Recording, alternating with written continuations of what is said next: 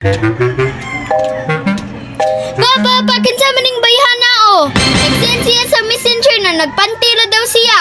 O, naasiguro kay sikrito ha. Isumbong ti kang mama gid ha. Tanawa o. O, tanawa o. O. Kinsa man eh? Kinsa maning nagpantira? Ano mo ginak? Sa mong mama akong gi-order og panty. What? Unya mo na siyang nasa cellphone. Ako man gitanaw dito kung sukod ba na niyang panty ha. Akong gipasot sa iya ba kung masud ba gid sa mong mama.